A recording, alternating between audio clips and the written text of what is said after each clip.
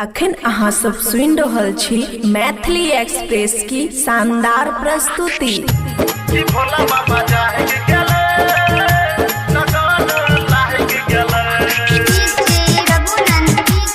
खुशी recording studio बलुआहा। घर चले चल रे भैया काना पे कमर उठाई के भोला बाबा के गाना बजेबे भनिया के गोला खाई के चलब जब हम सुइया पहाड़ होते तनियो न दिक्कत मरब जब हम गजक के सूटा हट जेते सब आप कि भोला बाबा जाए गेले लगन लाग गेले कि भोला बाबा जाए गेले लगन लाग गेले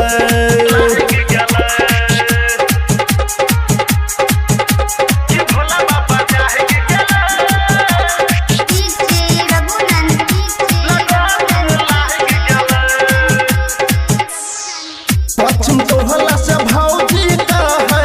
हमहू बोलबा में जइबै सुल्तानगंज से जलवा भरबै बाबा के हमहू चढ़ैबै किनबै दूगो पियरी धोती आहा के हम पहनेबै संग में नेहबा पूजबा रहतै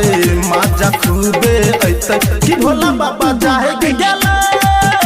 लगन लाग गेलै कि भोला बाबा जाहे गेलै लगन लाग गेलै कि भोला बाबा जाहे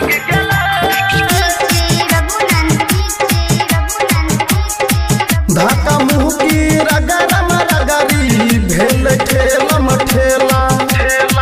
मौसम संग में रहे पूजबा छूट गेलै अकेला कहता रहे आजादा मर्जी पर डाला ना ऐसन झमेला बाबा के महिमा अपरंपार छै कर नहीं कोनो खेला कि भोला बाबा जाए गेलै